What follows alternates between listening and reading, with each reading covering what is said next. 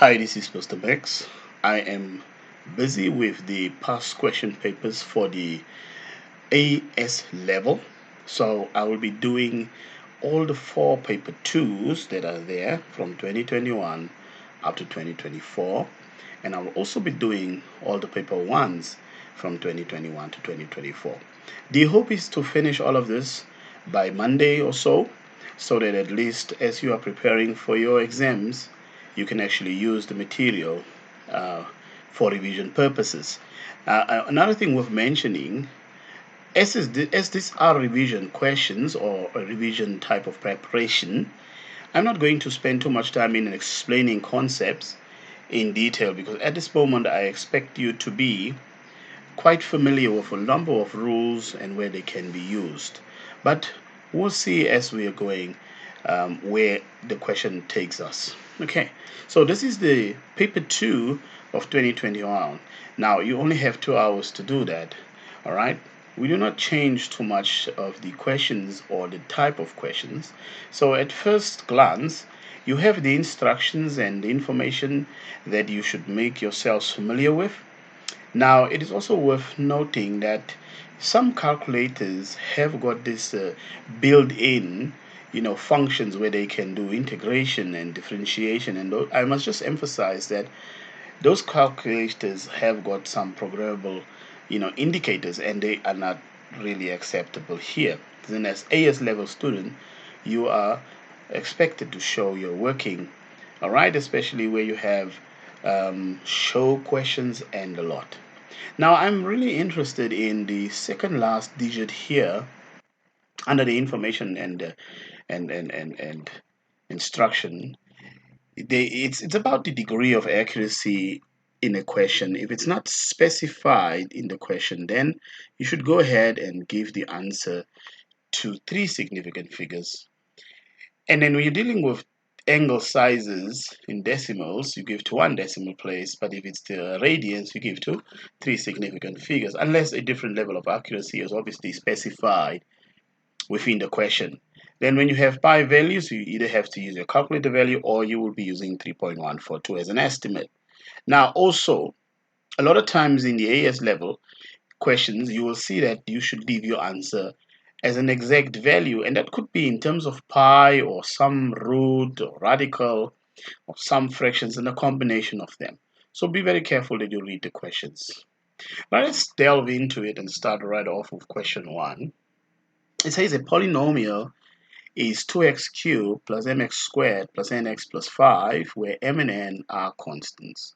The polynomial leaves a remainder of 45 when it is divided by x plus 2. So let me just take that part there. So we know that x plus 2, if we let that equal to 0, that is going to give us x is equal to negative 2. So that implies that when we have negative 2 within the function, we get the remainder of, of 45. Okay? Another thing with noting, also at the same time, when you divide it by x minus 2, okay, it leaves, so you have got x minus 2, let's say that equals to 0. So when you have x equals to 2, if you have f of 2 in the function, you will be having a remainder of 21. Ultimately, this tells you that we are going to be creating two equations and we're going to solve them simultaneously. Right, let's take the red one. That means everywhere where I have an x, I'm going to replace it with that negative 2. So 2, and then I have negative 2 cubed into the original function. That is going to be m, and x is negative 2 all squared. Very important to note that anything you square is going to be positive. Okay, and then you have plus n times negative 2 values of x there, and obviously plus 5, and this is going to give you an answer of 45. So we can actually just go ahead and clean this up. So this is going to give you negative 16. This is going to be plus 4m, negative 2 squared is positive 4, minus 2n plus 5 is equal to 45. Now, if you were to go and finish all of this, you're going to have 4m minus 2n, and that will equal to 56. So I'm just going to leave it like that for now. Okay, right, so this is the equation. I'll probably call this equation A. So let's do the same when we are now looking at the second one. Right. So when you look at the second one, perhaps we just, subdivide this. So if I do this, obviously, I'm just trying to do that to save some space. All right. If I was to substitute that 2 now into the function, so that is going to be 2 in bracket. I have 2 cubed plus m, and then it's 2 squared plus n times 2 plus 5, and this time I get a remainder of 21. Again, if I have to clean it up, I get 16 over here. Then this gives me plus 4m plus 2n. Then you have plus 5 equals to 21. So let's see what we have. So we have got 4m plus 2n, and that is going to be, if you take 21 minus 16 minus 5, well, you're going to get nothing but 0. So this is going to be my second equation. So I'm just going to draw that just to indicate my equations from each other. Right, so it's totally now up to you how you would want to solve these two equations. So obviously I'm going to take equation A, that is 4m minus 2n, which equals to 56. Of course, I could have, reduced that by sort of dividing that equation throughout by 2, but because I've got 4 m's that are the same and also the 2 n's here, elimination is really quite straightforward. So I'm going to subtract these two equations from each other, and when I do so, I'm going to be left with negative 4n over here, and that is going to equal to 56. Ultimately, it then gives you that the value of n will be negative 14. Now, having calculated the value of n, we can substitute that value of n into either equation A or B. So into equation A, I'm going to have 4m minus 2, okay, is equal to 56. So here I'm going to obviously substitute our value of negative 14 for n. All right. Now, at the end of the day, you have 4m, and that's going to be plus 28 over here is equal to 56. You have 4m is equal to, well, if you say 56 take away 28, okay, that should give you 28 as well, right? And then m is going to be 7, and 7 comes from 28 divided by 4. So at the end of the day, the answers that I'm looking for, therefore, the value of n is equal to negative 14, and the value of m is equal to 7. And this is our solution. All right, so I'll just scroll back, and then you will definitely see as to how one is supposed to work that question. And it is 3 marks. All right, so let's go to the next question. The next question says we're supposed to solve the equation. Now, this is a cubic equation. And the thing that you should know about cubic equations, because you're not going to be allowed to use those calculators, right? You'll have to use the factor theorem. And then you have to do something by trial and error until you can find the first, linear factor.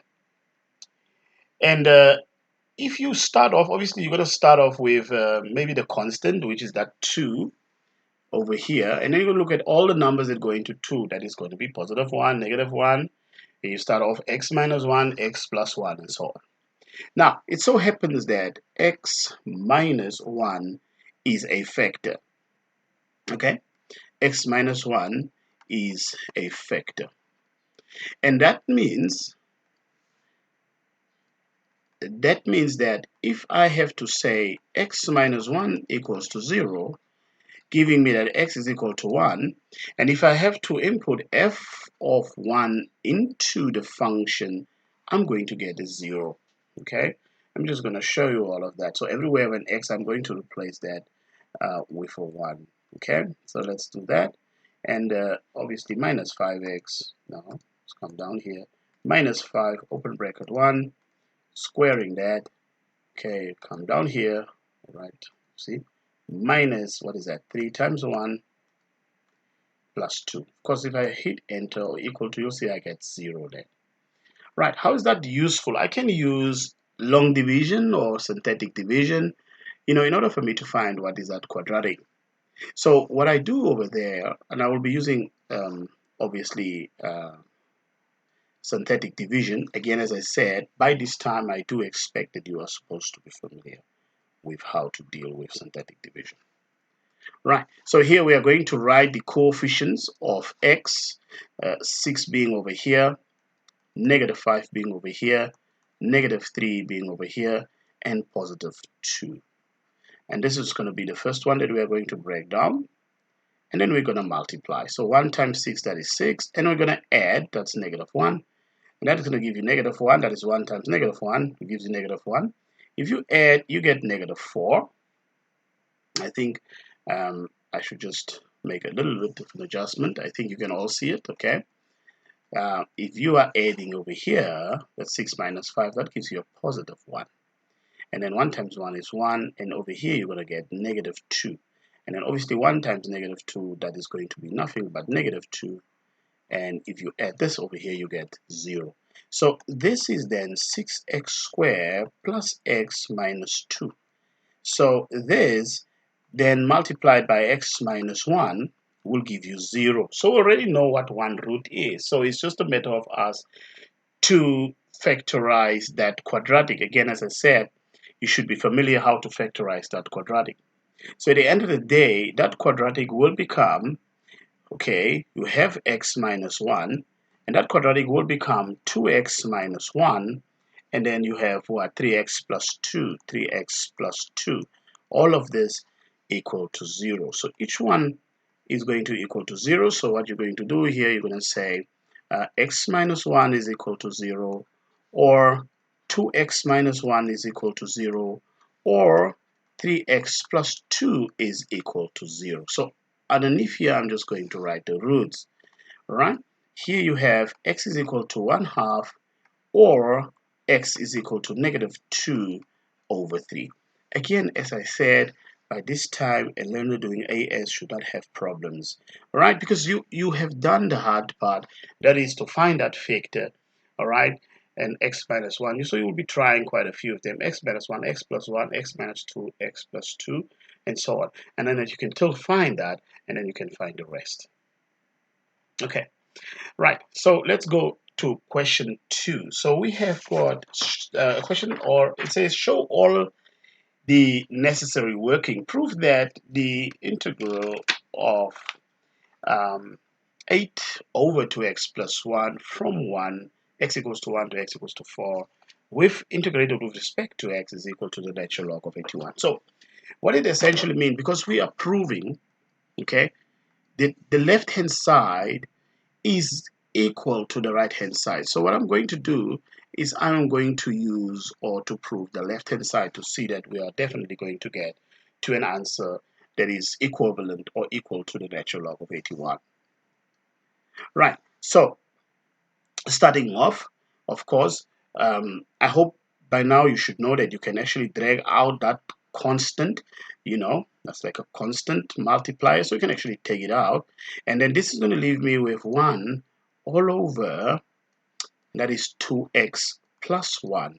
Of course, I'm just going to put it in brackets so that the work just looks a little bit neater. This is a definite integral, which means I'm going to be substituting the limits of integration in there after I integrated that.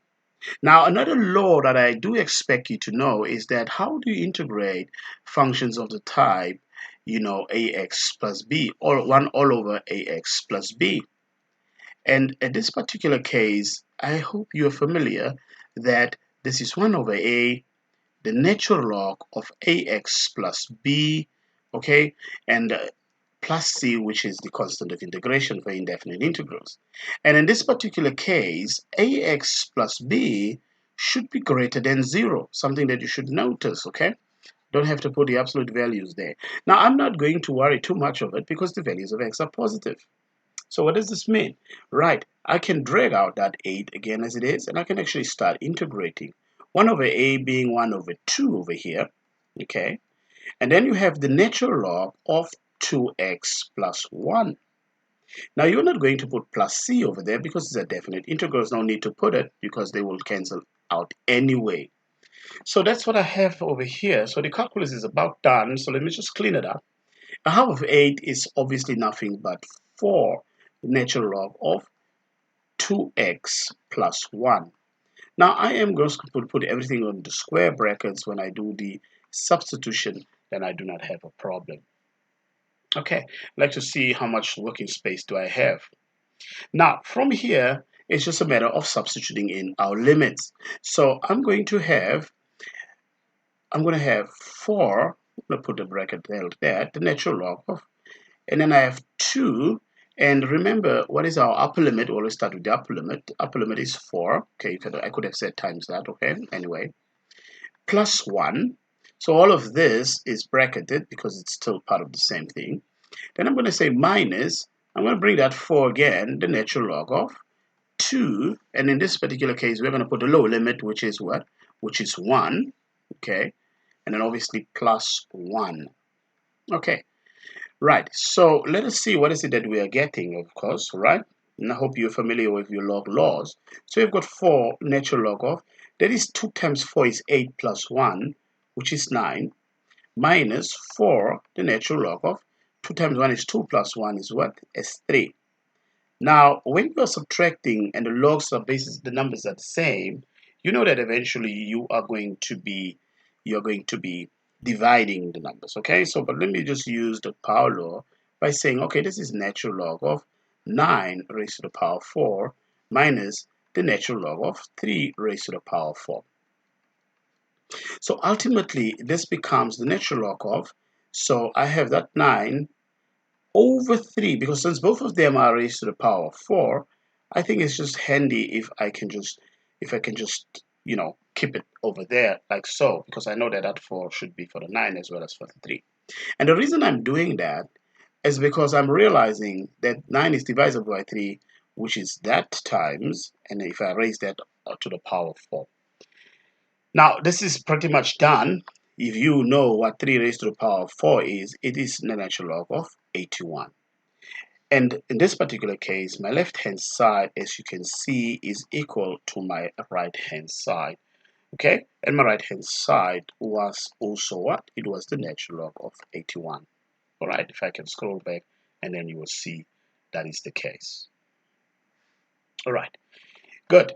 Now let us look at question 3. So you have an absolute value inequality. And the way you solve absolute value inequality, of course, you're going to be, and I hope you're familiar that you can take the absolute value, let's say, of something less than the absolute value of something.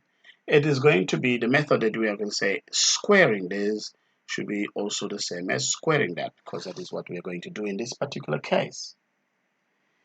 Right, so this means we're going to have a binomial 3x plus 3 all squared less than x plus 5 all squared. Now, I hope you're familiar with how to expand these binomials. So this is 9x squared. We're going to have plus 9x, which is plus 18x, plus 9. This should be less than x squared. So we have plus 5x, double of that. That's going to be 10x. And 25, what is 5 times 5 is 25. So I'm going to move everything on the right to the left, okay? So that is 9x squared. So I'm going to take away the x squared. Hopefully you understand that. I have the plus 18x. I'm going to bring its cousin, the minus 10x. And then I have, obviously, a plus 9. And I'm going to then subtract 25 from it as well. And let's say that is less than 0. So eventually I'll get 8x squared plus 8x minus 16 is less than 0. Now I can actually go ahead and I can make this a little bit more simpler. And you can do that by simply just dividing throughout by 8. And when you divide by 8, you will end up with x squared plus x minus 2 is less than 0. Now here's the thing, as far as this is concerned, this is a quadratic inequality. And I hope that you know from our work on quadratics, and in fact, I think this one is self-explanatory. So this quadratic obviously is going to open up like so, because the value of a is 1. So a is obviously greater than 0. Okay. And let's say this is the x-axis. Now, as you can see, it says this whole quadratic, if it's less than 0, it means in the negative sense. Okay, things less than 0 is negative. And where is this quadratic negative? Well, it is this all the way over here. Now, suppose I say I can calculate that root, and I can calculate that root.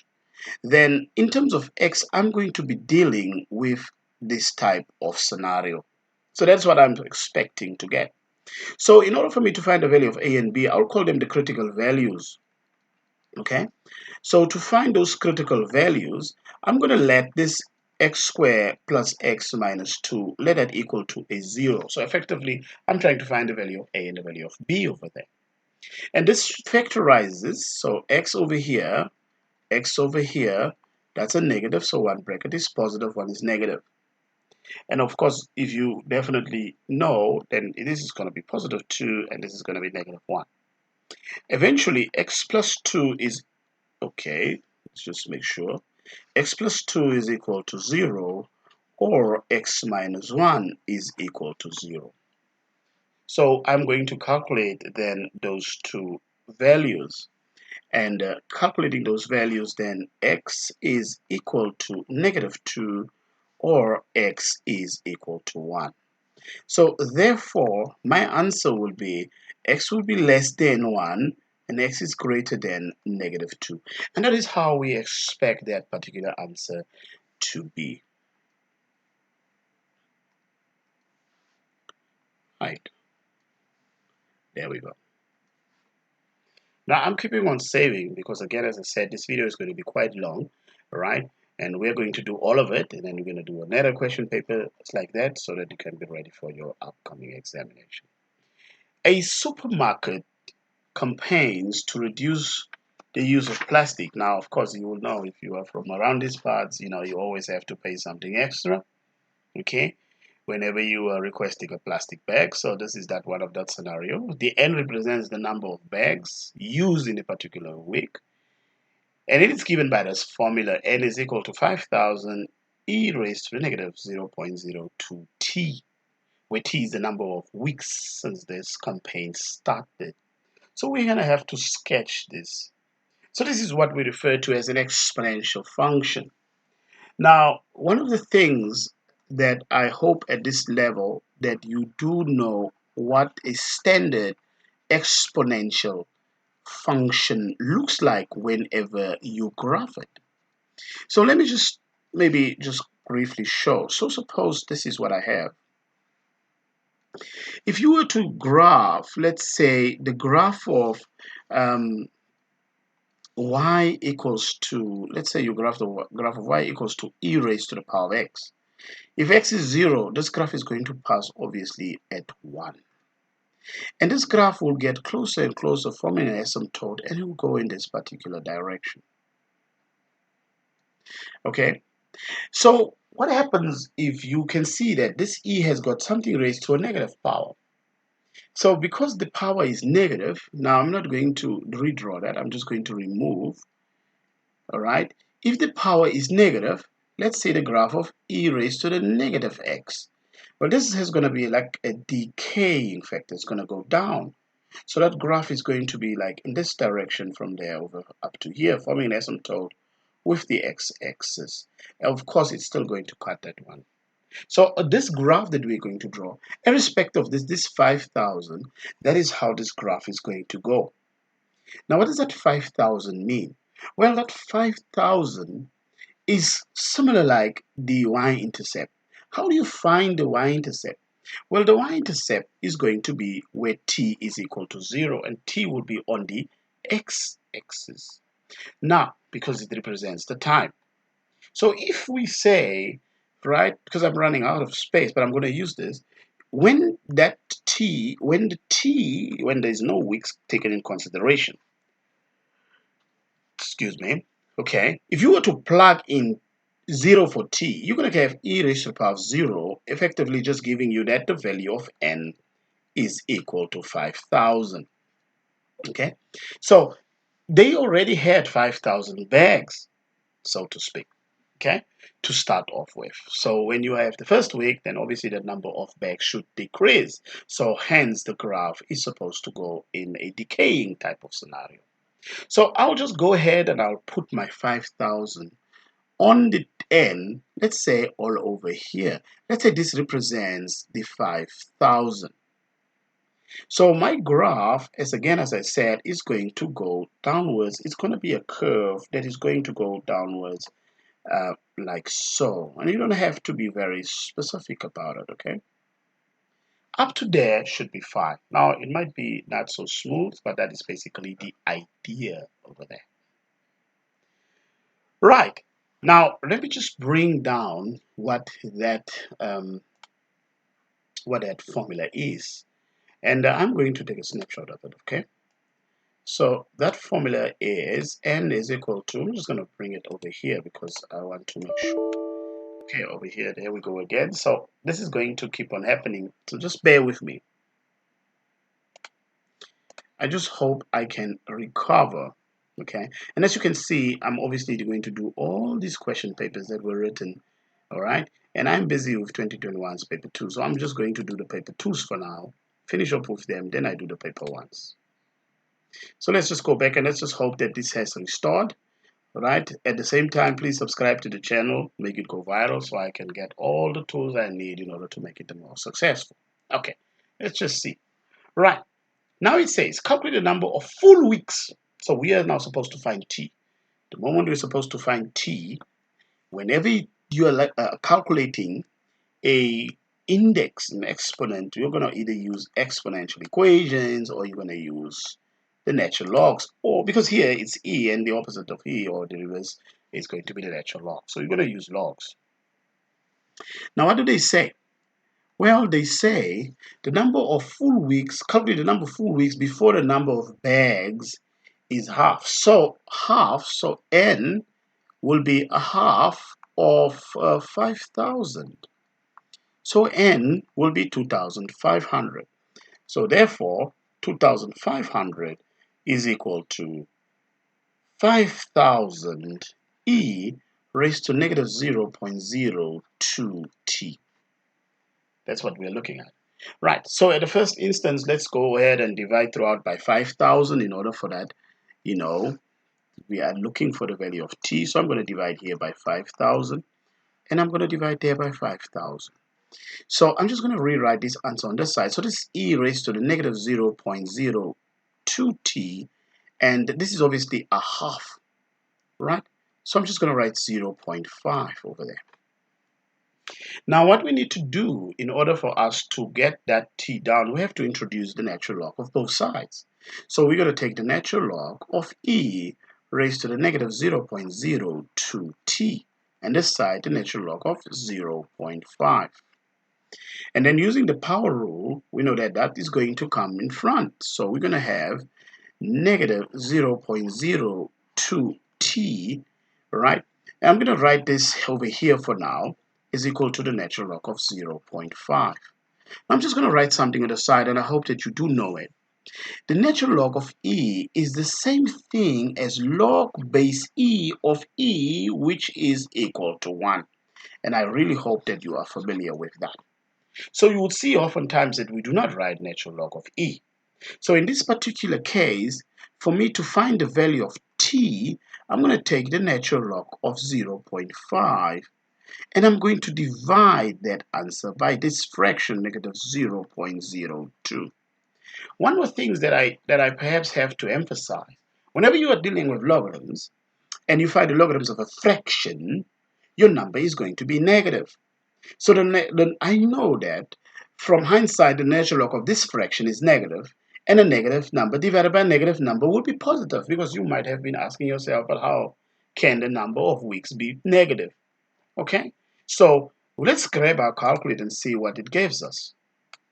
Now, if you do that, you're going to have the natural log of 0.5. You can press 0.5, and you're going to divide that by, okay, negative 0.02, right? And let's see what that gives us. So I just have too many brackets. I get 34. Take a capture of that screen. Right. So this is the answer that I'm getting. But let me just quickly go back and see what the question is asking. It says calculate the number of full weeks before the bags is halved. Right. So it's 34.6 weeks, but you can't really say 0.6 weeks. Right. So an answer like 34 weeks will be accepted as a solution. All right. There could be times where, and I know that for a fact that when they were marking this, they accepted um, 35 weeks. All right. So it just happened to be one of those things. Right. So this is the solution. Hopefully you do get to that. Let's go to the next question. Right. We are bringing in the differentiation, and we are supposed to differentiate this. Right. Let me just bring in one more rule that I do expect. Now, also, it's worth noting that you will have, towards the end of your question paper, there is a formula sheet that is attached to it. Okay. Um, I'm just going to save this, all right, because it gave us that problem. So we just go down there. So I'm going to remember we are at question 5, right? So I'm just going to go back and go and show you the formula sheet, because you were seeing me writing those formulas down because they're known to me. But I do expect that if you are obviously a little bit, lost and you're not so sure, then again, you can go to the formula sheet and you can actually find them. And they start over here. So let's look for differentiation. So under differentiation, we have got if you have the function, the natural log of x, which we have in our question, its derivative is 1 over x, okay, and so on. So you do have your formula list here as well as for integration that you can use if you are a little bit unsure. Right, but I would not say that you have to rely on the formula if you don't really know what they are. I hope that you know where the formulas are applied. And sometimes the formulas have got something in terms of a letter that is not given or variable not given in your question, and you shouldn't write that variable in the formula sheet. You should write whatever they ask you. Now, enough of that. All right. So I have to differentiate. So it's d by dx of x times the natural log of x minus x. Now, when I do this, I do realize I have got here two functions. And because of those two functions on that side, I'm going to use the product rule to differentiate. And I hope that you are well aware of the product rule for differentiation. So my u could be x and the natural log could be v, but I'm not going to use u and v. You just have to follow, okay? We keep the first, that means we keep x, and then we're going to differentiate the natural log of x. The natural log of x is 1 over x when you differentiate it. Then you add, keep the second, which was the natural log of x, and you are going to differentiate the first one. And differentiating x is just nothing but 1. Okay? Now that's not all. There's another one, so we're going to do that one on the side. If you differentiate minus x, that is just going to be minus 1. So let's just clean this up. So this is going to give you x upon x plus the natural log of x, all right, minus 1. At the end of the day, you have got 1 here because x, the same thing divided by the same thing except 0, is giving you 1. And obviously, what you're now seeing, that natural log is flanked by a positive and a negative 1, which they would cancel, leaving the final answer as nothing but the natural log of x. Okay? Now, let's look at part B. And one of the things that you should remember is once they bring in a hence, it means whatever you are now doing at part A comes in handy. This natural log that I have here is the derivative. And if I have the derivative, because I differentiated, if I have the derivative, if I go back, the antiderivative, that means I integrate. So for me to integrate this derivative, which is what it is, I know that I must get the function. So I'm just going to write that function here. Okay, so if I integrate, I'm going to have the function. So this, you can just go ahead and put your square brackets. Is a definite integral. Our function was x, the natural log of x minus x.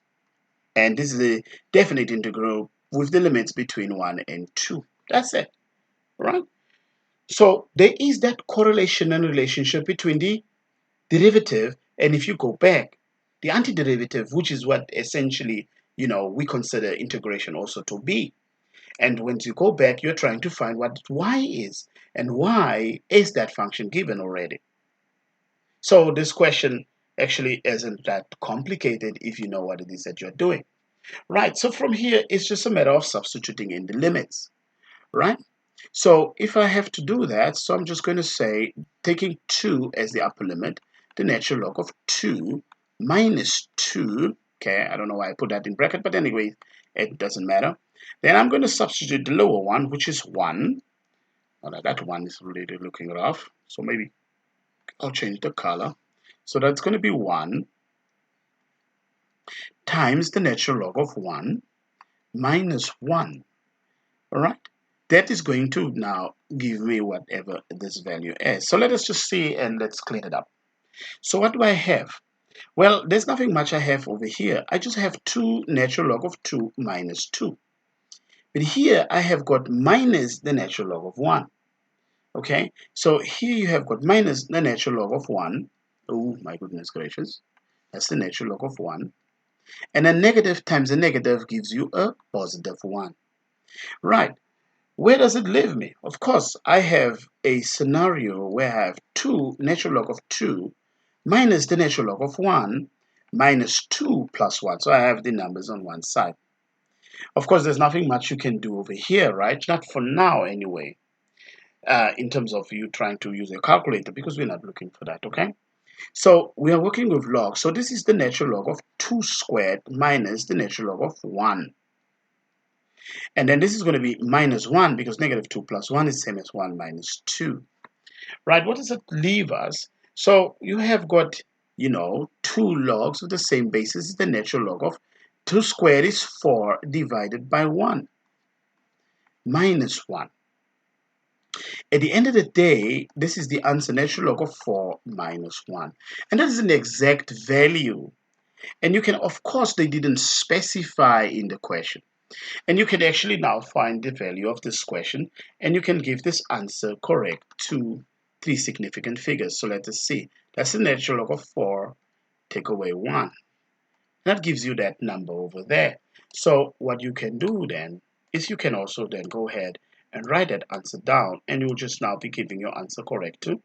You can give your answer correct to 3 significant figures. But this answer here, natural log of 4 minus 1, should do.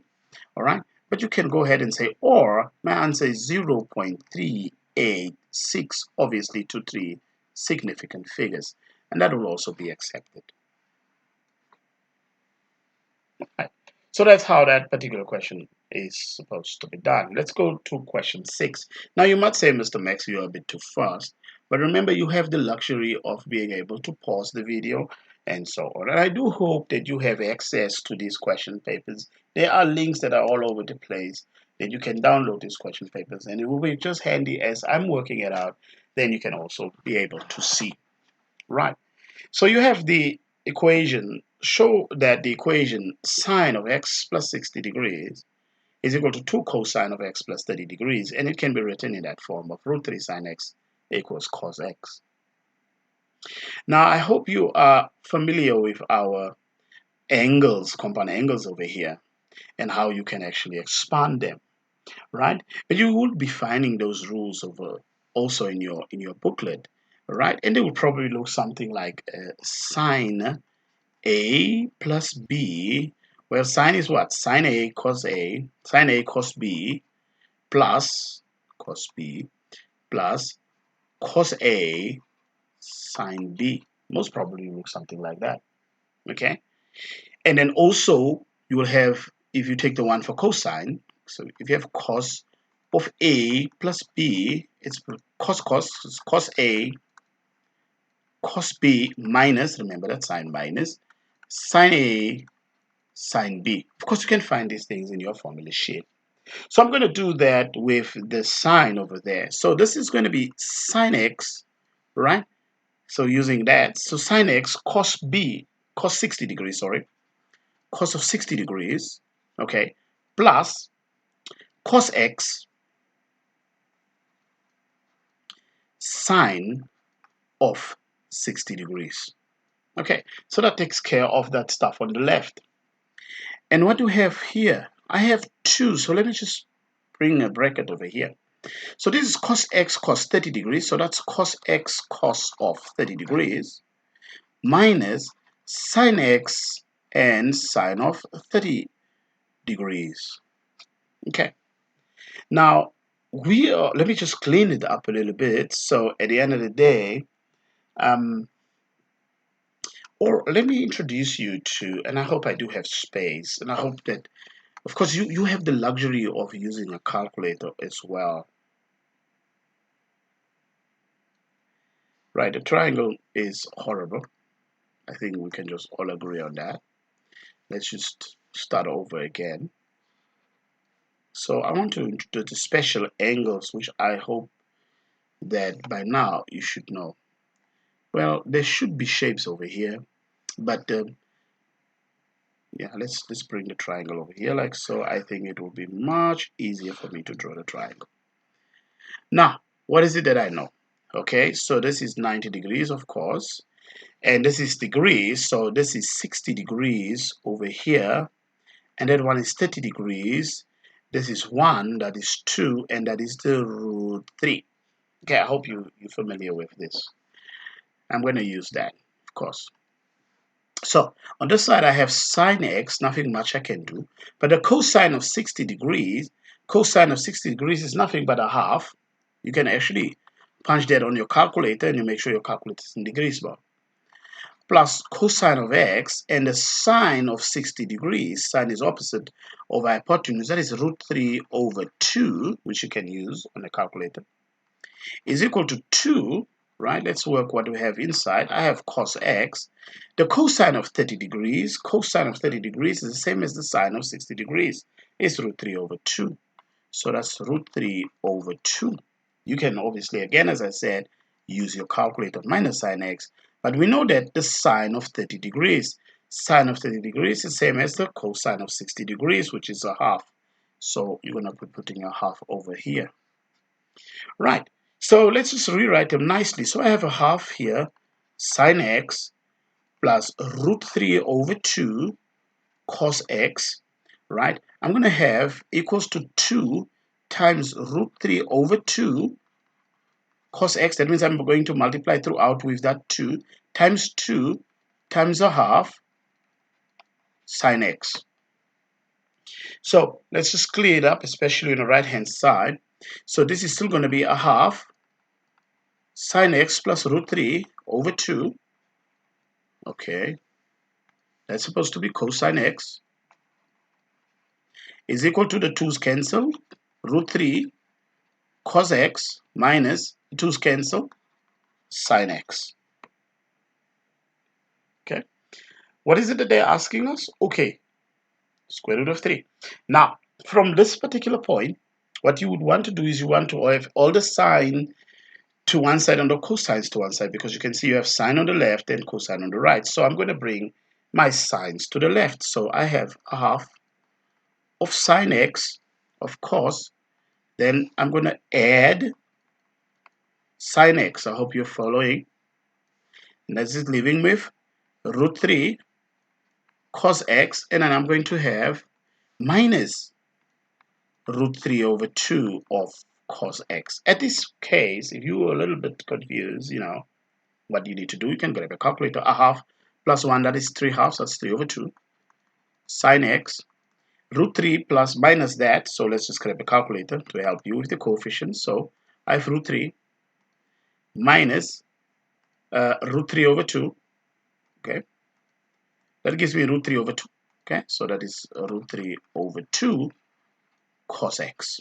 Right, so we're nearly there. What we need to do is we need to get rid of that 2, and it's very straight.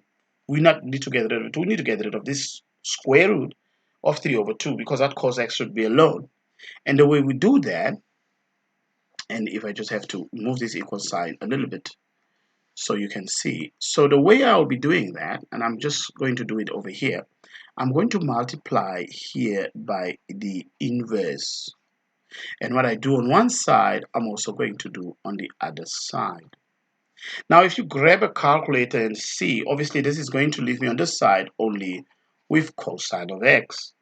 But on the right-hand side, I'm having 2 over the square root of 3, and that should multiply it with 3 halves. And you'll see that you're only left with the square root of 3.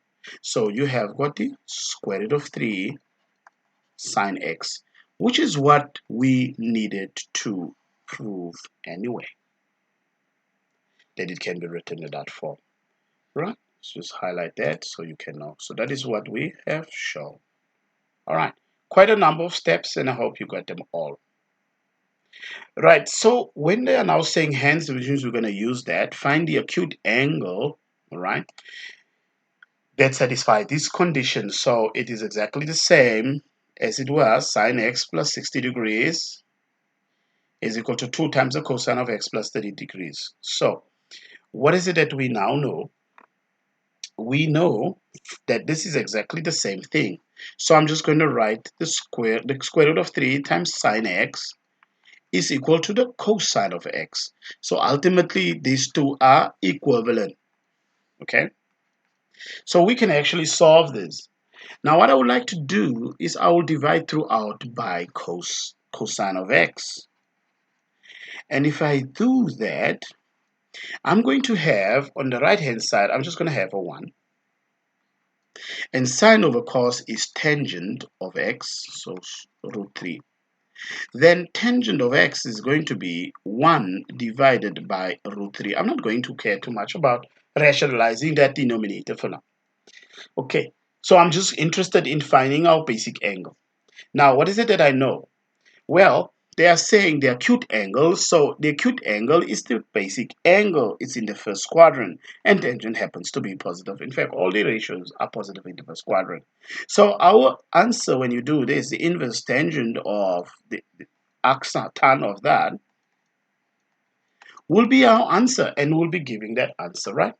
Now, of course, you should be familiar that that answer is equal to 30 degrees. But if not, then you can go ahead and use your calculator to do that. Okay, so it's in degrees mode. So the inverse tangent or arctan of 1 upon root 3, again, no need to rationalize the denominator over there, is going to give you 30 degrees. And that is the answer for this question.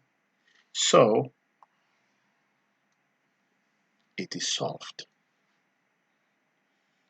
Right. So let's go to the next question. We have got question 7. It's the parametric equations R of a curve R, x equals to 2t squared, okay, and minus 18t, and then y equals to t plus y equals to t, and then in bracket 1 plus t. Of course, I hope you're familiar with the chain rule, that you're going to be using the chain rule in this case anyway. Now let me do the one that is not that problematic for me, because I'm going to differentiate. Because when the question says the curve meets the x-axis at 2 points, this happens when y equals to 0. So maybe I should write it down. This is when y is equal to 0. That's what that is. So what does it mean? Because of this meets the curve, the x-axis, meeting the x-axis, right? So this is the x-axis, when something meets the x-axis, that is the y equals to 0 equation, okay? Now, if that is the case, I can then go ahead and actually say, okay, wait a minute. I can then say that t and 1 plus t is equal to 0.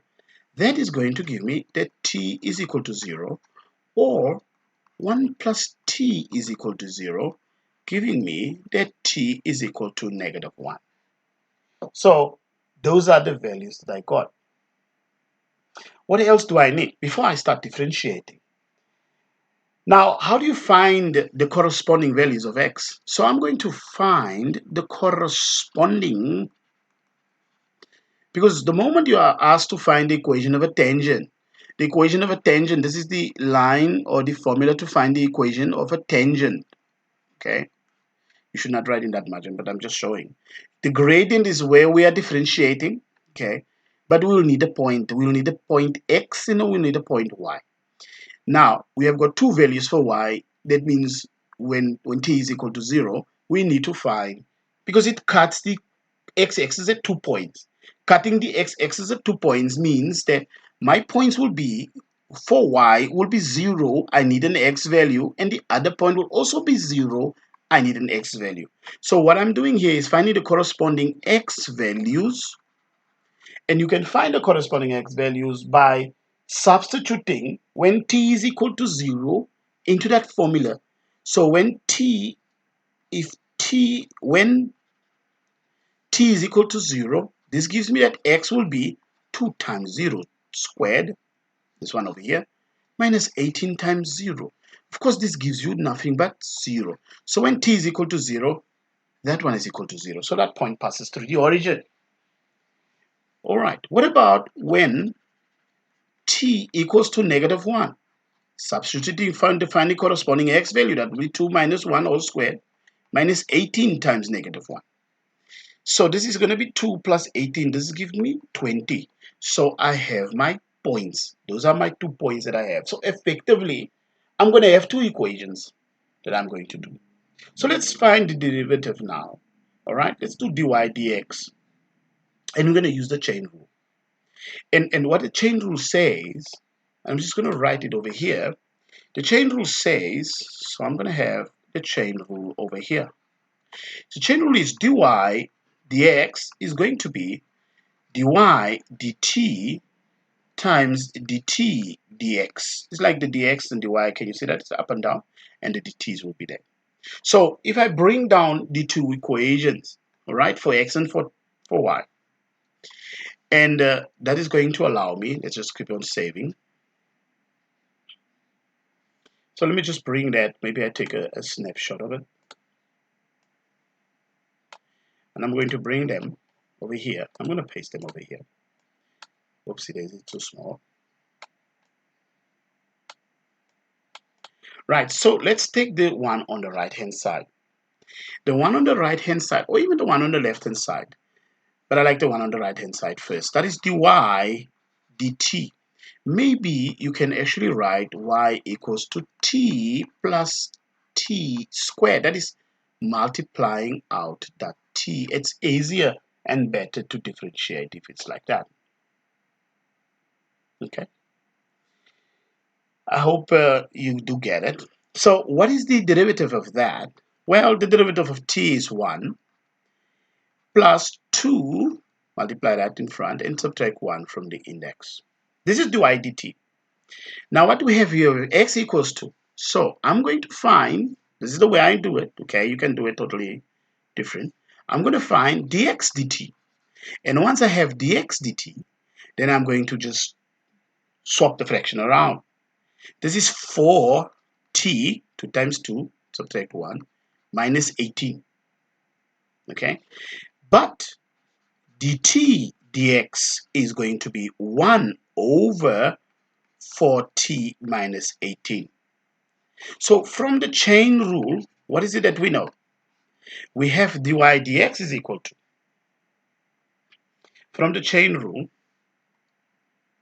we have dy dx is equal to dy dt, and dy dt is 1 plus 2t. This should multiply by 1, that is dt dx, 1 over 4t minus 18. Of course, this is just 1 plus 2t all over 4t minus 18. Now I have the derivative. Now I need to be able to find the gradient so that I can use and find my formula. So when t is equal to 0, probably have to bring in another page over here. So dy dx, when t is equal to 0, you're going to have 1 plus 2 times 0, okay, minus 4 times 0 minus 18. That's going to be 1 over negative 18. So that's one gradient, okay.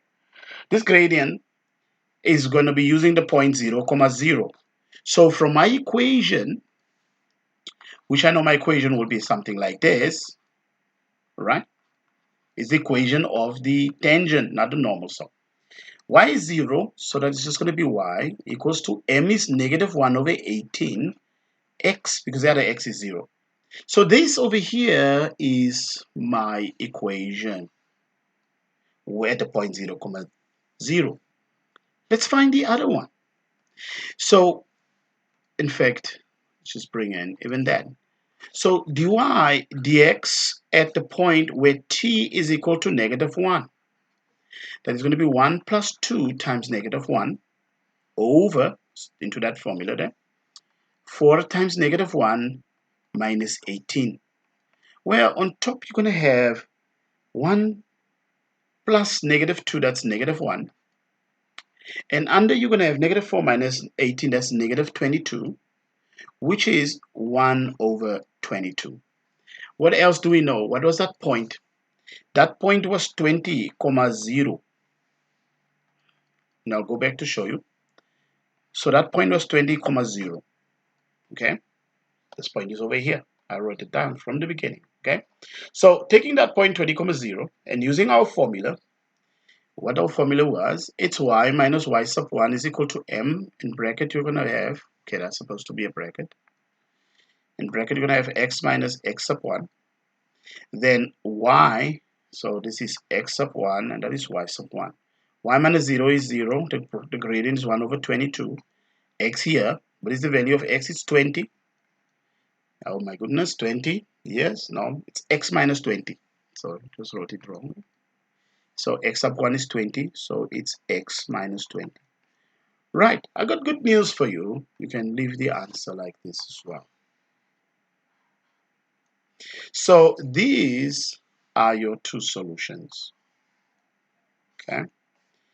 Because they're ultimately as asking for us for the equations, right? They didn't say plural, but we are going to get two equations, and that's what we're going to get. So it's quite a lot of work that you had to put in there. Again, as I said, you have the liberty of always going back and see and try to see where is it that you went wrong, if you don't agree with my answers. Right, let's come to question 8. We have got iteration, okay? It says, show that the equation x cubed minus 4x minus 2 is equal to 0 has a solution between 2 and 3. I hope you know that this has to imply change of sign. This is a normal function, so it's nothing to be afraid of. So we're going to start with the first value. So we're going to have 2 cubed minus 4 times 2 minus 2. Okay? And we're going to see what we have. Maybe here I'm going to write at x equals to 2. And the other one is at x equals to 3. So I'm just going to write them down. So this is 3 cubed minus 4 times 3 minus 2. So let us see, do we get a change of sign? So let's take the first one. We have got 2 cubed, of course you can put it in bracket, there's no need for that, minus 4 times 2, which is 8, minus 2. What do we get? We get negative 2. Okay, so here we have negative 2. Bring my calculator back. Now we put in 3. So 3 over here and 3 over here. Now we get 13. Can you see that there is a change of sign? And because there is a change of sign, I have indicated, we'll just say change of sign. You don't have to write that whole story as the interval between what and what. This is enough.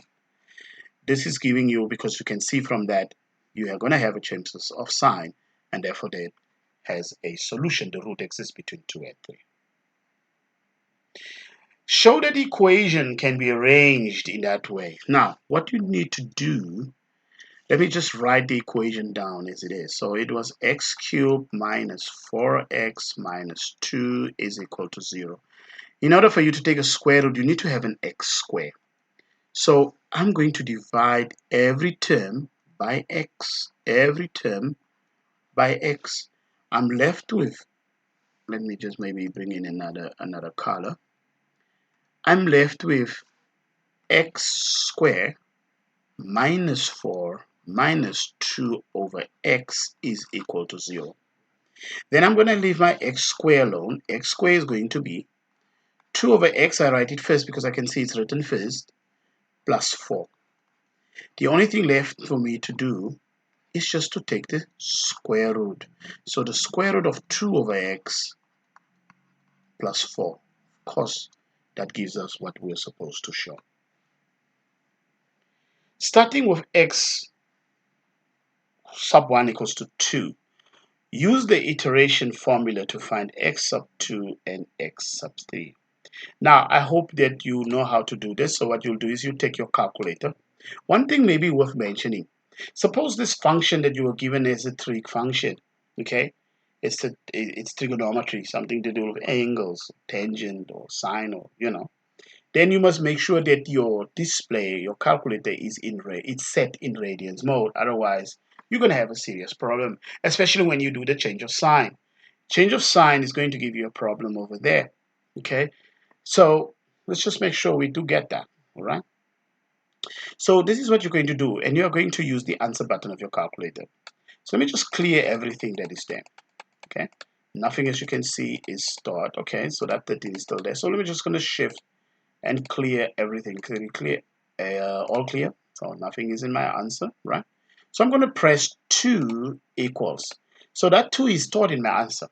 So let's just go ahead and put our function. So square root of, well, it's 2 over, I'm not going to put 2 over x because I have that x already in my answer. So I'm going to put answer over there plus 4, okay, equal to.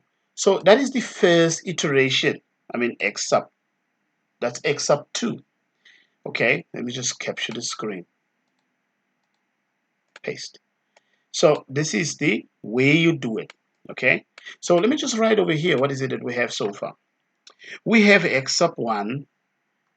X sub 1 is equal to 2. X sub 2 is equal to the root 5. Now, of course, you can write it to 5 decimal places if you want to, okay? Doesn't matter. So you can write it to that, okay? Whatever that answer is. So maybe I'll just bring it down as well, if you would want to do that as well. So you can do that. But, the square root of 5 is pretty much an exact answer. Right. I'm just going to leave it like that. Now, in order for you to find x sub 3, you simply just press equal to on your calculator. So you just press equal to. That takes you to the next one. Okay, so I'm going to write the next one. So I'm just going to capture it. I have the liberty, I can capture the screen, you can't. You obviously have to write down from your calculator without making mistakes. And it should be written to 5 decimal places. So if I was to do that, this is going to be 2.2123, because it's a bit ugly. 2.2123, 2.21234. That's 5 decimal places.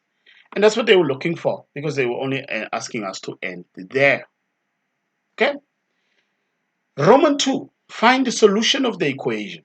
Now, what you need to do here is you need to continue with the iteration. Okay? Continue with the iteration process from what you have there. So your calculator is still set. So I'm going to have x sub 4, x sub 5, okay? And perhaps maybe x sub 6 until I can find whether they converge to a certain value. So let's bring my calculator back. So if I press it again, that's giving me x sub 4. I'm going to capture it. So I'm just going to paste it over here. And I'm going to press equal to. And I'm going to capture it. I'm going to put it over here. So that's my x sub 5. Can already see something happening. And then maybe the last one. Press equal to again. Capture it.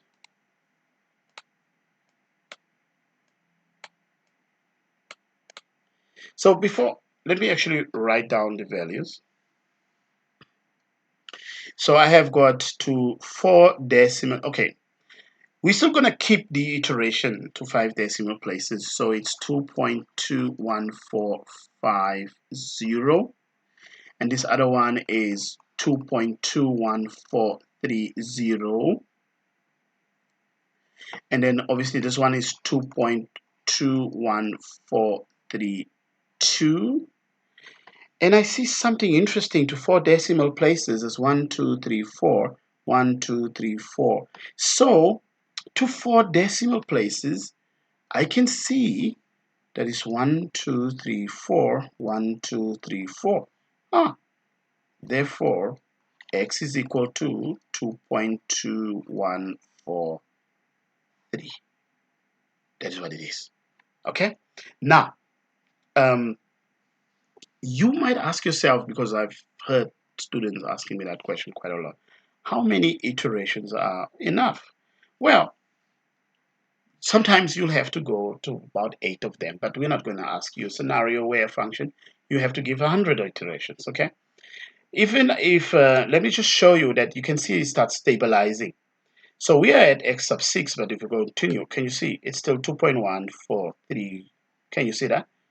Even if I continue, 2.143. So it's stabilized already, so no need to write more iterations. But you had to show 3 more iterations, and you must write them down for you to be able to arrive at the conclusion that the value of that equation is equal to 2.2143. Okay, right. Now, maybe also if you have a problem understanding that concept, I know this calculators are not allowed, okay? So obviously they have got a built-in equation function in there. So if I press 5, and I'm looking at 4, which is a cubic equation, and I'm just going to show you, if I hit 4, I'm choosing that.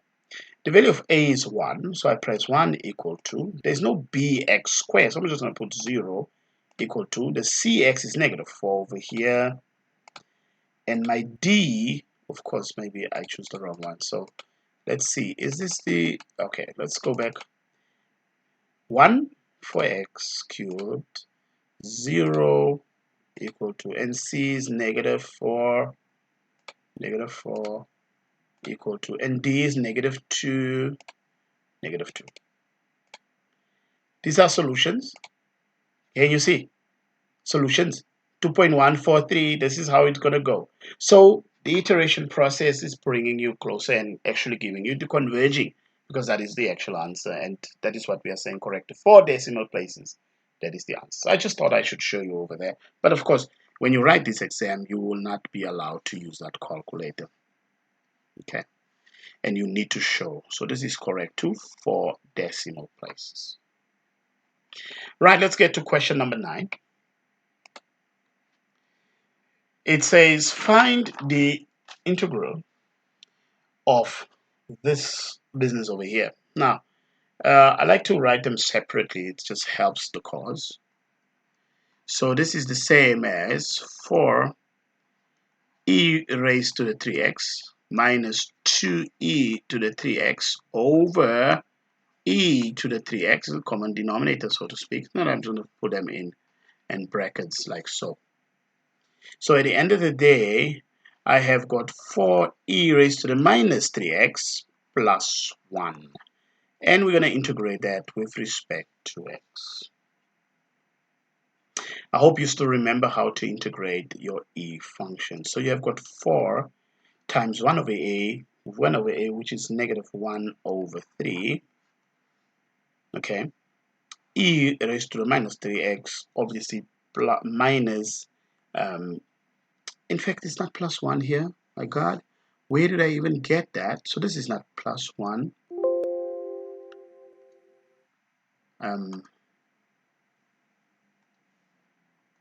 That is not plus 1. That is minus 2. Minus 2. Because this cancels. Okay. So far, so good. So minus 2, slap on an x whenever you are. Of course, you're going to put plus c. Now, what did I say? 1 over 8. So if you were to integrate an e function, if you integrate e raised to the power ax plus b with respect to x, then the integral of this is going to be 1 over a e raised to ax plus b plus the constant of integration. I hope you still remember that, okay? Just a quick rule to do that. Right. Now, let's just clean it up. This is nothing but negative 4 over 3 e raised to the minus 3x minus 2x plus c. Done. Don't have to worry too much about the other stuff, okay? Can go ahead and write that e over below, the fraction, but that is pretty much it. By expressing 4 cos square x in terms of double angle cos 2x, we're supposed to find that. Now, maybe I should do a little bit of something to this side. But I'll write it in here and I hope you know. We know that cos 2x is identical to cos square x minus sine square x. It's also identical to, if you make cos square x the subject of the formula, you know that this sine square theta plus cos square theta is identical to 1. So when you make sine square or cos square the subject of the formula, when you do that, you're going to have 1 minus sine square x minus sine square x, eventually giving you 1 minus 2 sine square x. This is identical to that. There are actually 3 identities you can get. There's this one. There's this one. And the one that, but most, for the sake of this, you're going to use the, let's say, if I say this is the first, that's the second, let's just bring in the other one as well. When you now make sine square x the subject of the formula, all right, or cos square x the subject of the formula, you will have or sine square x rather. So if I put sine square theta, is going to be 1 minus cos square theta. So if I take this and I put it where I have sine square theta, that is going to be cos 2x is identical to cos square x minus 1 minus cos square x. I hope you're together, see? And so this is identical to cos will be positive 2 cos square x minus 1.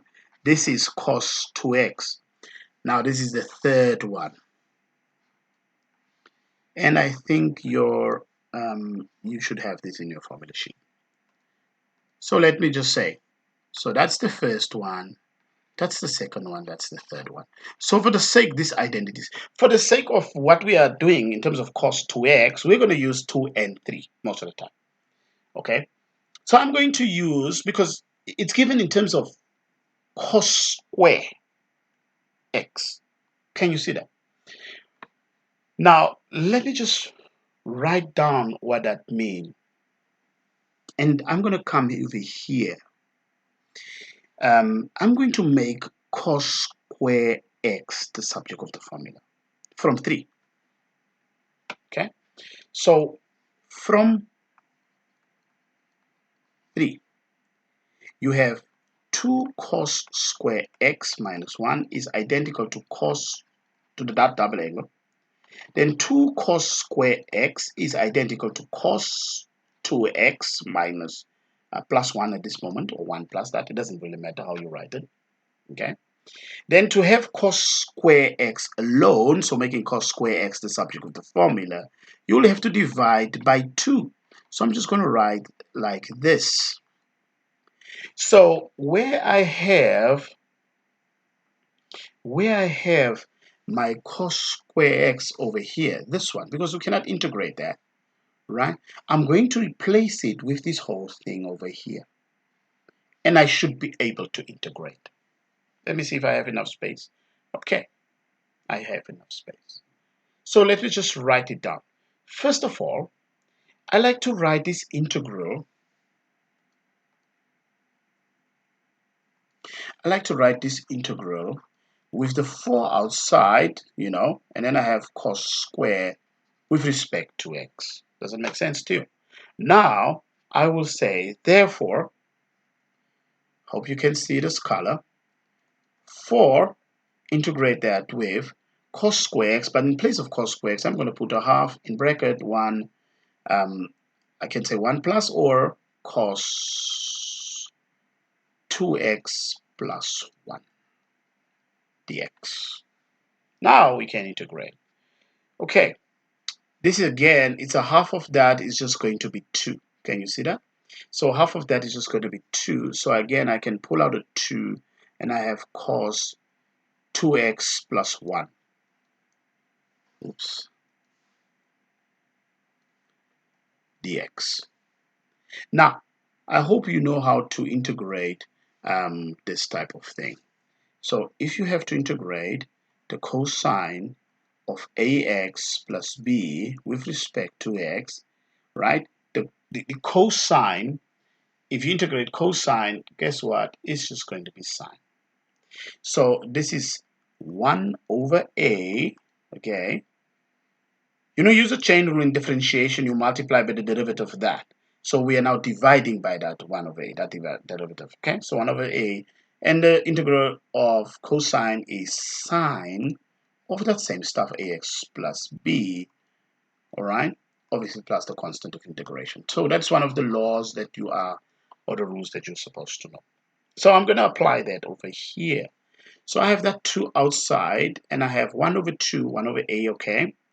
Sine of 2x, and integrating that is x. Clear?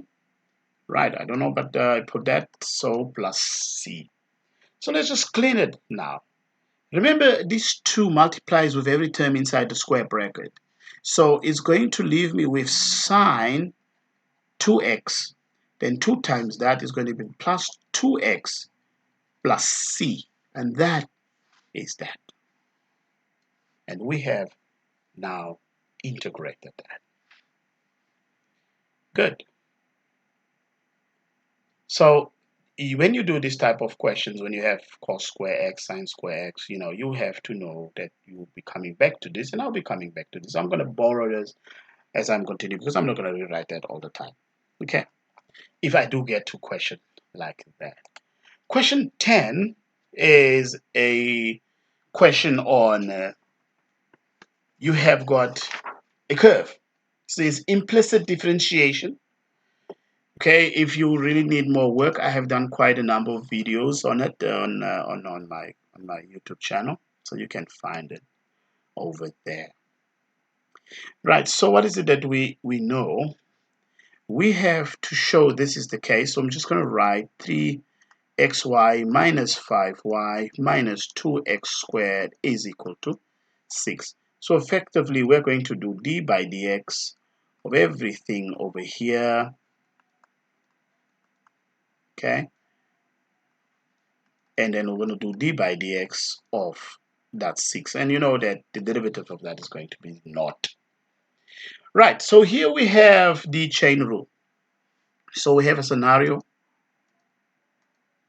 where with the chain rule, because of an x and y, you also have a y. So what you're going to do with the chain rule, I'm going to keep the first, so I'm just going to keep 3x. Multiply by the derivative of this. And what is the derivative of y? Okay, you treat it like x, but it's 1. But it's because it's y, you're going to say dy dx. Please remember that. That was the first times the derivative of the second, plus the second times the derivative of 3x, which just happens to be 3. Okay, minus 5 times the derivative of, what is the derivative of 5y?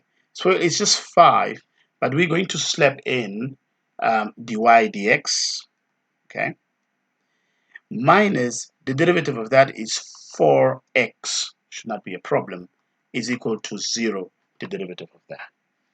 Right, let's just clean it up a bit. So I have got 3x dy dx plus 3y minus 5 dy dx minus 4x is equal to 0. So let me just leave the terms that have dy dx on this side.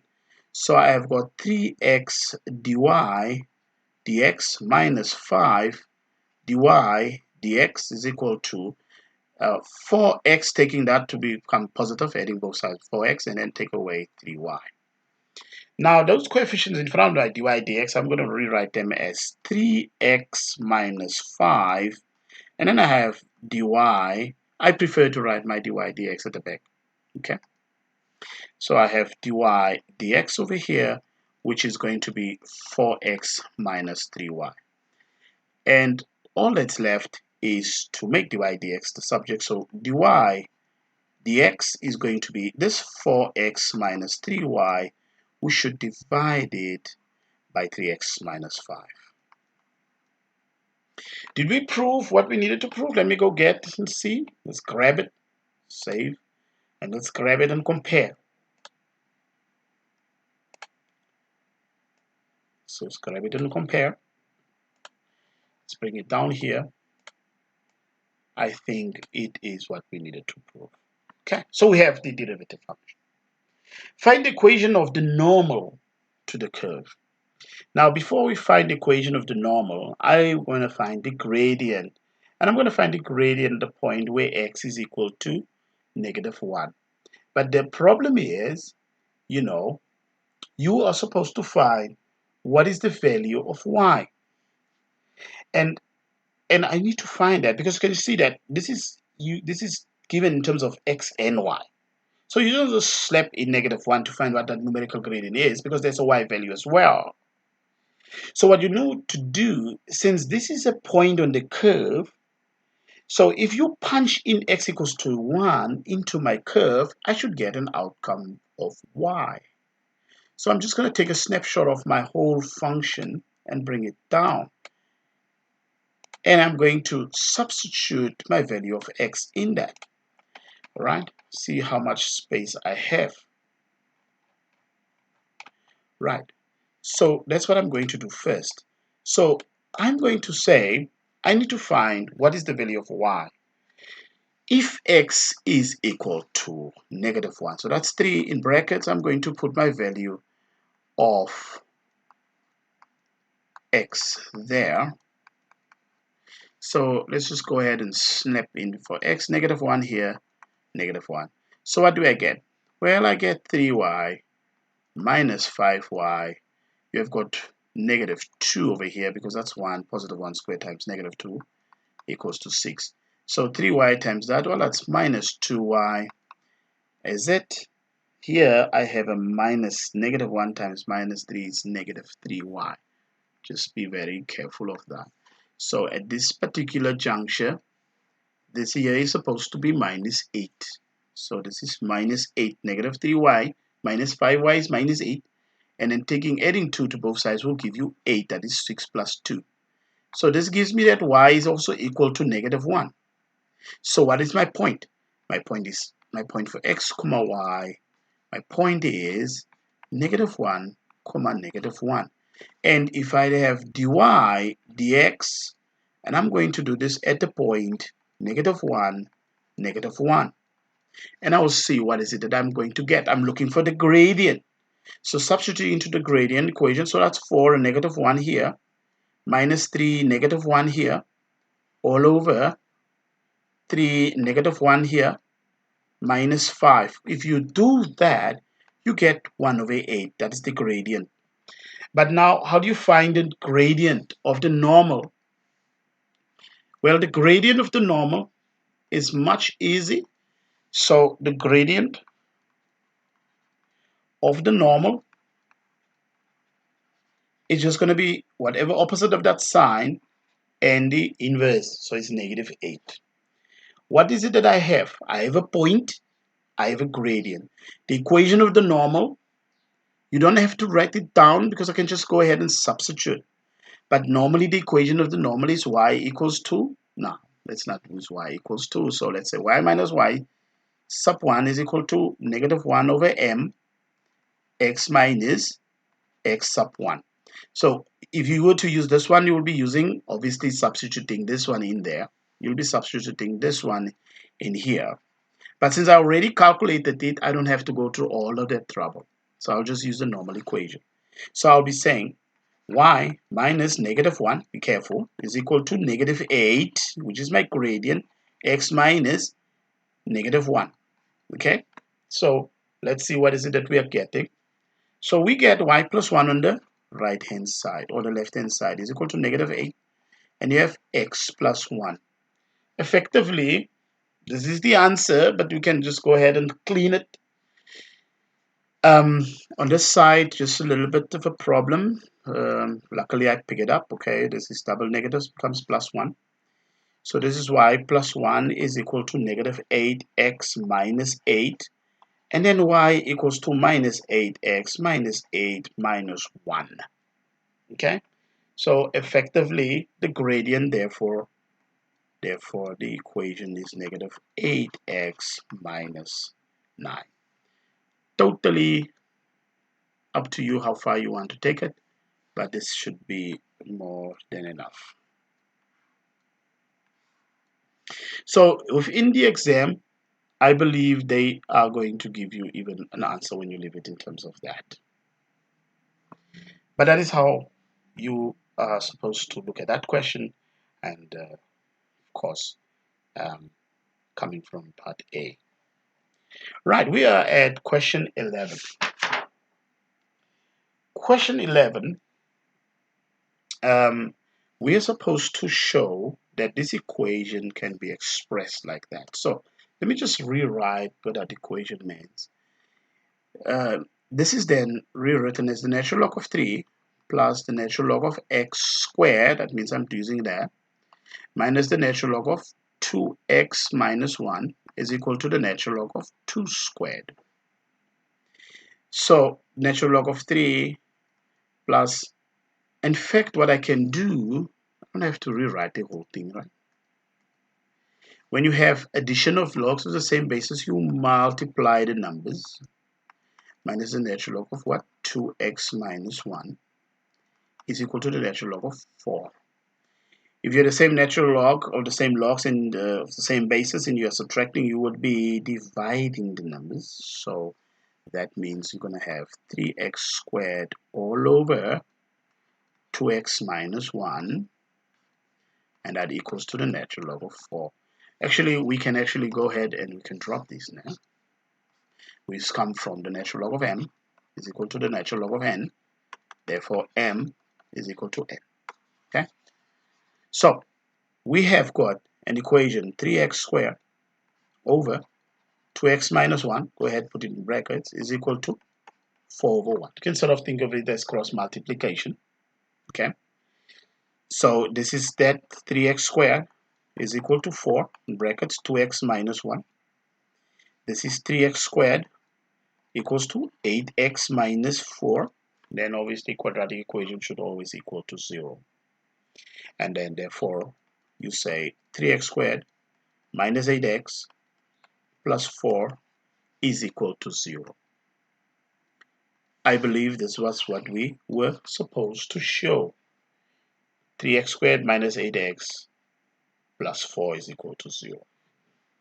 Okay, hence solve the following equation. Now this equation is very similar to the equation they gave us here.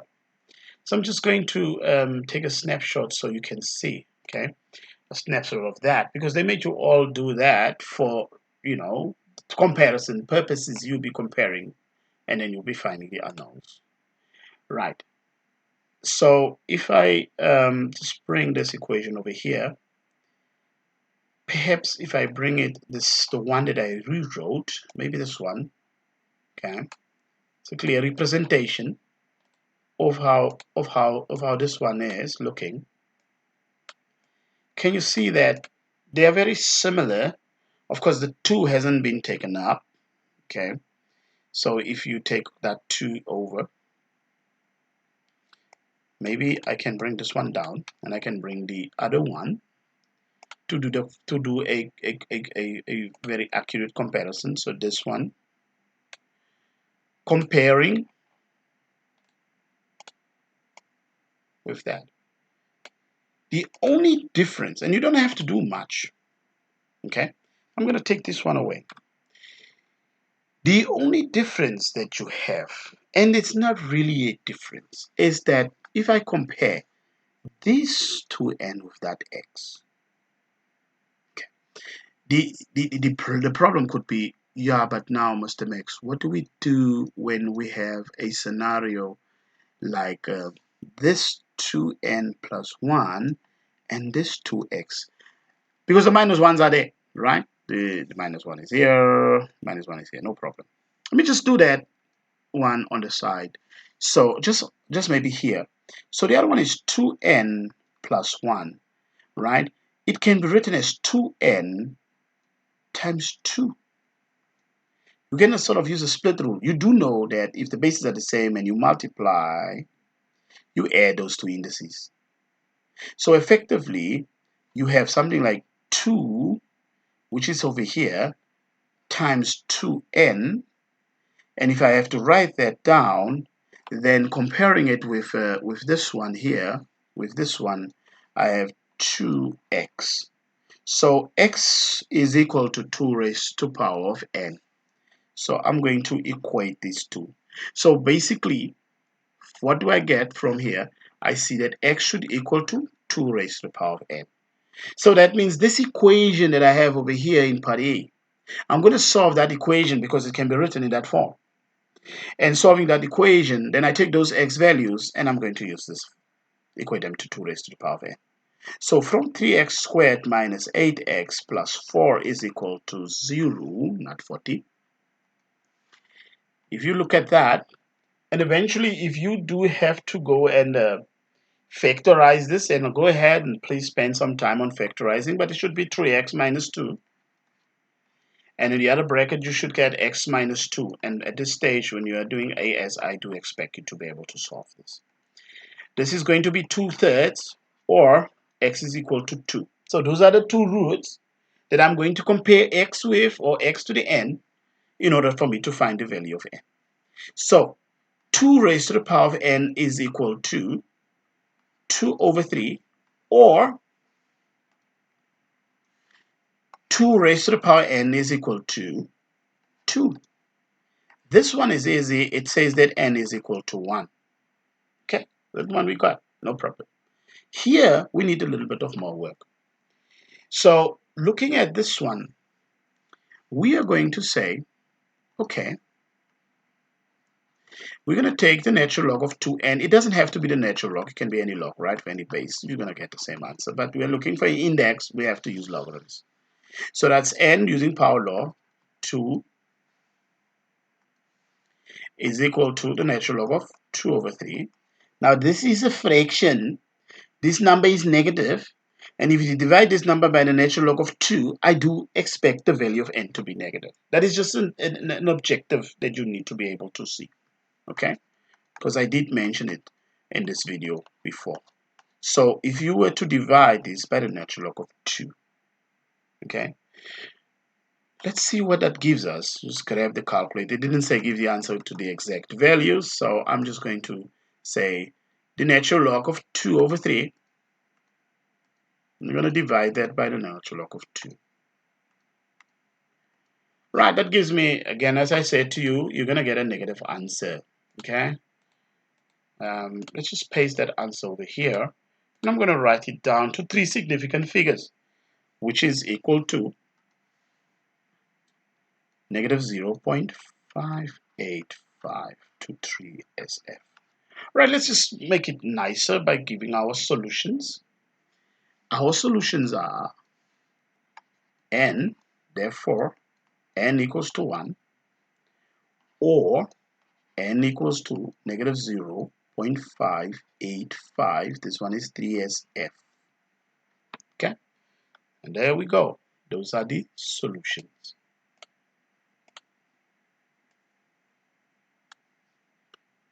Right, quite a lot to unpack over there, but you do not have to redo this whole thing. You should be able to see the comparison, and then you compare the power of the x values. So that should be, you should be able to do that. Right, we have got question 12. Question 12, I don't know if that is the last question. Perhaps there's more. Okay, it has more, it has more, it has more, it has more. All right, so we're about to finish this question paper. I think this is the very last question. Express 3 cos theta plus 3 sine theta in that form r. I think we can calculate r, and by this time you should know that r, you just use Pythagoras, and I have done some videos in this channel where I showed you how to find the value of r. So it's going to be 3 squared, okay, plus 3 squared, which is like 9 plus 9, okay, which is like the square root of 18. Okay, that's the value of that. Here's something that I want to do. I want to do, because I know what r is, I just want to take cos of theta minus alpha. And this is given in radians, so just make sure that your calculator is in radian mode. So I'm going to go back and I'm going to change my setup, or my shift my setup here. So I'm going to take it to radian mode. So calculate this in radian mode. From our compound angles, we know that some addition angles, we know that this is the same as cos theta cos alpha minus sine theta sine alpha. Let's just rewrite this nicely, and I like to have the alpha because you have cos alpha, you have sine, let's take that off, you have sine alpha. There's a reason why I'm doing that, you will see now. So this is going to be cos theta and sine theta. So let's just take this over here. So I'm going to have that in yellow. So we're going to take this part over here. Okay, and we're going to compare coefficients. So this is 3 cos theta minus 3 sine theta. We're good. This means that cos, let's use a different color. I don't want to confuse the living hell out of everybody. So perhaps this is cos alpha is equal to 3 and sine alpha is equal to 3. We are now comparing coefficients. Now, if you do sine alpha divided by cos alpha, which is 3 over 3, then we know that sine alpha over cos alpha is 10. Alpha is equal to 1. And if you were now to do this, you would know from special triangles, I'm just going to draw it over here. If you have a triangle, that is 45, that is 90 degrees, and this is 45, which is pi over 4 radians, and that is root 2. And if you do the tangent of this angle, you're going to get 1. So this implies that alpha equals to pi over 4. And pi over 4, of course, you can use arctan or the inverse of tangent, and you will get to pi over 4. Okay? So you could have done this, and you have the liberty of using your calculator. You're going to get pi over 4. Okay? Now I have my final answer. Therefore, the way you answer this at the very end, okay, because you're supposed to express this, 3 cos theta plus 3 sine theta. You're supposed to express in that r. R is the square root of 18, and you have cos, which is theta, minus or plus minus alpha, and alpha was that radians. And that is what we needed to do there. Okay, express it in that form, where alpha is an angle between 0 and half pi radians. Right. So that brings me to question 3, hence find the smallest possible value of theta satisfying this equation. Right, what do we know from this equation? So if this equation is equal to that, then we know what this is from our previous answer. This was nothing but square root of 18 cos of theta minus pi over 4. We know this from what we did in part A. Okay? So we'll be able to do this. So this implies that cos of theta minus pi over 4 is equal to root 2 over root 18, which is the same as 1 over 3. So I'm just going to rewrite this nicely here to use my space. This is cos of theta minus pi over 4 is equal to 1 over 3. Now, in which quadrant is this is cosine positive? Well, they say the smallest possible values of theta, so that is in the first quadrant. And in the first quadrant, you simply will say, in the first quadrant, you will be saying theta minus pi over 4 is going to equal to what is that angle there? If this is the, if you use the let's say we use a basic angle, the basic angle, you say the inverse cosine of 1 over 3. So let's just get that in radians. It's still in radians. So the inverse cos of 1 over 3. All right, we get 1.2 something something. Let me just take a capture that screen.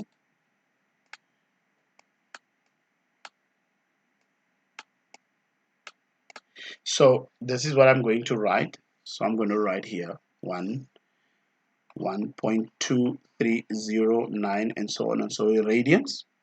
Then theta will simply be us adding pi over 4. So theta will be 1.2309 so and so on plus pi over 4. Okay, so plus pi over 4. What do we get? Well, we get 2.016 so on and so on. Let's take screen capture. Okay, so I'm gonna write it. I'm gonna put it over here. Hope it doesn't mix with the other one. So at the end of the day, we are supposed to give our answers in radians, and the answer is 2.02 radians. That is it. This is it. That is it. That's our answer. Okay. So you can always go back and refer and see how is it that we did that question. Right, there is a B part. Now, when we look at this B part, it's also a trig equation, but we have got that tan 2x over there. Now, I hope that you are familiar with tan 2x. Tan 2x is equal to, the double angle for tangent is equal to, it's equal to 2 tan x all over, okay, 1 minus tan square x. Okay, if you want me one day to explain to you how this is done, you can definitely do that. But let me just see, I think maybe if you are given also that in your formula sheet, okay, for your tangent. Of course, they only give you this. Here it is, ladies and gentlemen. Here it is. So no need for you to struggle. Okay, it is there. So go grab it. Go grab it if you are a little bit unsure. And then let's go back to the question. Let's see. Right? Here's the thing though. If you were to now use that formula, please, this is the variable of x. Do not write 2a in here. You just be writing x there. Okay. So that means if I now have to do this question, where I have the 10 to x, so I have got 4 all over this stuff. 2 tan x over, becomes complex fractions. Okay. That is the thing. Plus 5. Okay. I'm going to bring that other one, minus 10x is equal to 0. Now, what you have here, you have a complex fraction. If you want to explain to you how it works, say suppose you have 4 over 3 over 5. Okay. This answer, because it's a complex fraction, what I'll do is I'll multiply by 5. I'll multiply by 5. If I multiply the denominator by 5, the 5 cancel, right? Leaving me with a 3 under, and then that on top is 20.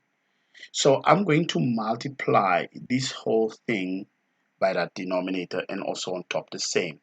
Okay, so when I multiply, it's like you are going to be left with a scenario like this now. All right, you're going to have 4 in brackets, you have 1 minus tan square x, and it's going to be over 2 tan x. All right, that's what you're going to have. This is just another way and a better way to write that complex fraction. All right, so let me just show you that on the calculator if you have a little bit of a doubt. So if you have 4 over, so let's put another fraction there. We have 4 over 3 over 5. That is a complex fraction. You see it's 20 over 3. So that's basically just a way to rewrite it. This is the same thing, but it's just a way to rewrite it. Now, what is it that we now do from here? Now we need to clear that denominator by multiplying each term by 2 tan x, okay? So I'm going to multiply here by 2 tan x. I'm going to multiply this one by 2 tan x. And I'm going to multiply this one by 2 tan x. And I'm going to multiply the 0 by 2 tan x.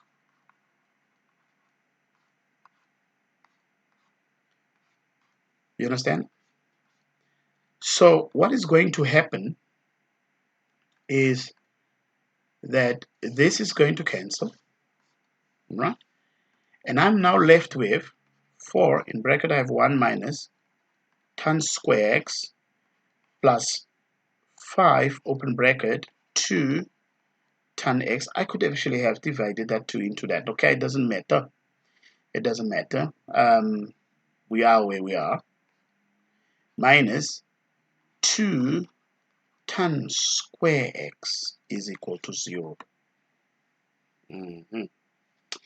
So let's just get rid of that. So I'm going to have 4 minus 4 tan square x plus 10 tan x minus 2. Okay, that one looks horrible. Let's just save as we're getting closer and closer to the answer. This is minus 2 tan square x is equal to 0. Okay, what do we have? Okay, we certainly have like terms. For the tan square x's, they becomes minus 6 tan square x, this is this one and that one, plus 10 tan x plus 4. Now I can actually divide this equation by 2. Actually, not just by 2, but by negative 2. So that negative 2 here, so divide by negative 2, by negative 2, by negative 2. This is going to give me 3 tan square x minus 5 tan x minus 2 is equal to 0. Now, this should factorize, and I hope you are familiar with factorizing this. You can do let k equals tan x, whatever you do. Eventually, you should get to 3. You have got tan x plus 1. Without tan x, dot x looks horrible. Tan x plus 1. And then the other bracket, you'll have tan x minus 2 equals to 0. Then tan x is going to be negative a third, or tan x is going to equal to 2. So you have got those two scenarios. What do they say? What is the domain? The domain is from 0 degrees to 180 degrees. Okay. The tangent is negative in the second quadrant. So in the second quadrant, you're going to say 180 degrees. So x will be 180 degrees minus our reference angle. So we're going to find what is our reference angle. That is what we're going to do. And when I do that, I'm not going to put that negative down there, okay? And this is positive, and this is in the first quadrant. So in the first quadrant, x is going to be whatever this is, right? So it's going to be the inverse tangent of 2. So I'm going to have my answer here. Let's just find what is this reference angle. So it's in degrees, so let's just change that back to degrees. Then you have the inverse tangent shift tan of 1 over 3. Okay, so I get 18 point something. Let's just take a screen capture of that. I really do not want to be writing all of that down. I'm just going to put it over there. I'm just going to write it here down. Okay. And that is 18.4, so on and so on. So this is going to subtract 18.434, so on and so on. Okay. So this is going to give me this solution. So let's quickly find what that solution will be. So that is 180 minus my answer, 161.6. So let's write it down, 161.6 to 1 decimal place. So x is 161.6 degrees to 1 dp. And what is happening over here? Well, the inverse tangent of 2, 63.43, 63.4, 63.4 to 1 dp.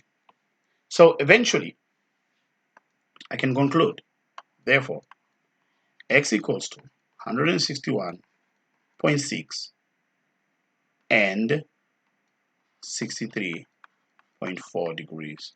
Of course, everything is given to 1 decimal place. Right.